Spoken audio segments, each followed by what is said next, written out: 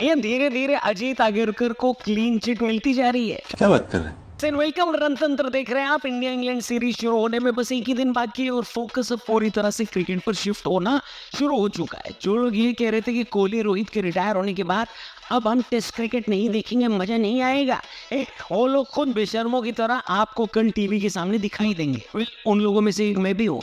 गजब बेइज्जती है। का मतलब ये कि इंडियन क्रिकेट फैंस अब वापस से क्रिकेट की तरफ मोड़ चुके हैं। ये जो कंट्रोवर्सी हुई थी कि विराट और रोहित शर्मा खुद नहीं गए, उनको जबरदस्ती क्रिकेट से रिटायरमेंट दिलवाया गया है, ऐसी बातों पर खुद अजीत भैया ने सफाई दे दी थी कि विराट कोहली मेरे पास आईपीएल के शुरुआती दिनों में आए थे और बोल रहे थे कि अब मेरा हो गया, अब मैं टेस्ट क्रिकेट नहीं खेलूंगा। यानी उन्होंने ऑन रिकॉर्ड आकर बताया कि विराट कोहली ने खुद टेस्ट को कहा है। क्या कहा है? खत्म। उन पर दूसरा इल्जाम ये लगा था कि बुमराह की बजाय गिल को कप्तान बना दिया गया, जबकि ऑस्ट्रेलिया दौरे पर तो हमारी कप्तानी बुमराह कर रहे थे। लेकिन अब बुमराह भाई ने दूध का दूध और जूस का जूस कर दिया है और आपको बता दिया है कि भैया असल में उनको कप्तानी दी गई थी, लेकिन उन्होंने ही कप्तानी लेने से मना कर दिया। ये तो लेटेस्ट न्यूज है।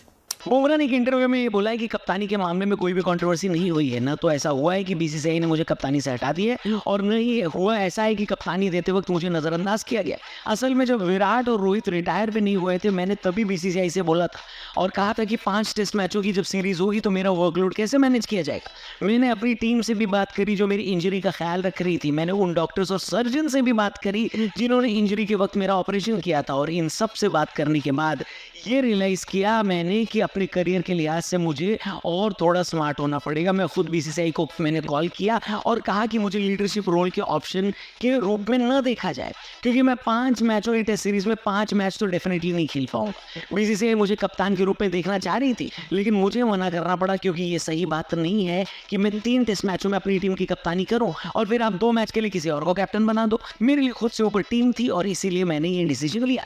यानी कंट्रोवर्सी थियरी बनाने वालों की दुकान बंद हो गई। अजीत भैया भी इस इंटरव्यू के आने के बाद ये बोल रहे होंगे कि इतनी खुशी मुझे आज तक।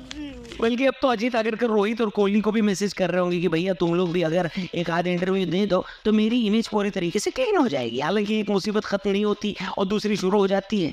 जी हाँ, सिलेक्शन को लेकर लेटेस्ट कंट्रोवर्सी ये है कि एक बार फिर हर्षित राणा को कवर के रूप में ही सही, लेकिन टीम इंडिया में जगह मिल गई। आपको बता दें जो टीम इंग्लैंड सीरीज के लिए डिसाइड हुई थी उसमें हर्षित राणा नहीं थे, लेकिन इंडिया एक ही टीम जिसने साथ में टूर किया है इंग्लैंड का, उस टीम में वो शामिल थे। यहाँ पर जो इंट्रा स्क्वाड हुआ है उसमें हर्षित राणा को 1 विकेट मिला है, जबकि उनसे बेहतर बॉलर अंशुल कंबोज साबित हुए। लेकिन अंशुल कंबोज इंडिया की फ्लाइट पकड़ चुके हैं वापस, जबकि हर्षित को रोक लिया गया है कवर रिप्लेसमेंट बनाकर। हम लोग अजीत आगरकर और गौतम भैया से पूछ रहे हैं कि भैया आप लोग कितने केकेआर का कोटा चलाओगे, क्योंकि हर्षित राणा से बेहतरीन परफॉर्मेंस कई लोगों की थी। लेकिन एक बार फिर मेहरबान सिर्फ हर्षित राणा पर हुआ गया है। क्या आपको भी लगता है कि दाल में कुछ काला है या फिर पूरी दाल ही काली है? कमेंट करके बताना। हम आपसे मिलेंगे कल एक और नई वीडियो के साथ। चैनल सब्सक्राइब करना। कल से सीरीज भी शुरू हो रही है तो उसके बारे में भी मस्त वीडियो लाएंगे। फिलहाल यहाँ से जाएंगे। See you tomorrow. Good bye.